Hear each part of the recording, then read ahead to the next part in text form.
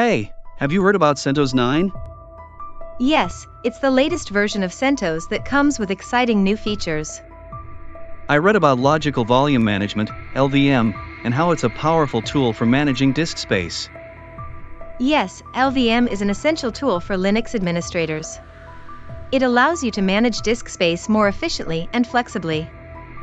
What's thin provisioning, and why is it important? Thin provisioning is a feature of LVM that allows you to allocate storage dynamically, which means you can provide storage to new clients without having to allocate space in advance. That sounds useful. How does it work? When you create a thin provisioning volume, you allocate only a small amount of physical storage to it. As clients write data to the volume, LVM dynamically allocates more physical storage as needed.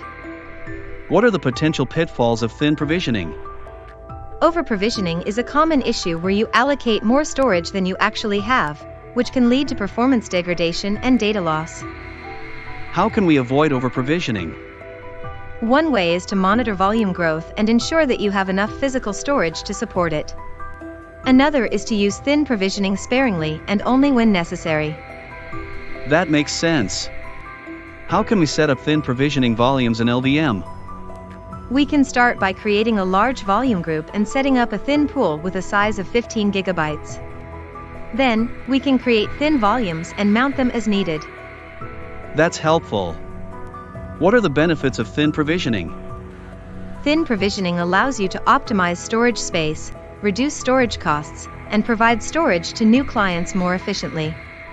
It also simplifies storage management and reduces the risk of data loss. Wow, I had no idea! This is fascinating! Indeed it is. Thin provisioning is just one of the many powerful features of LVM. Stay tuned for our next tutorial on LVM striping.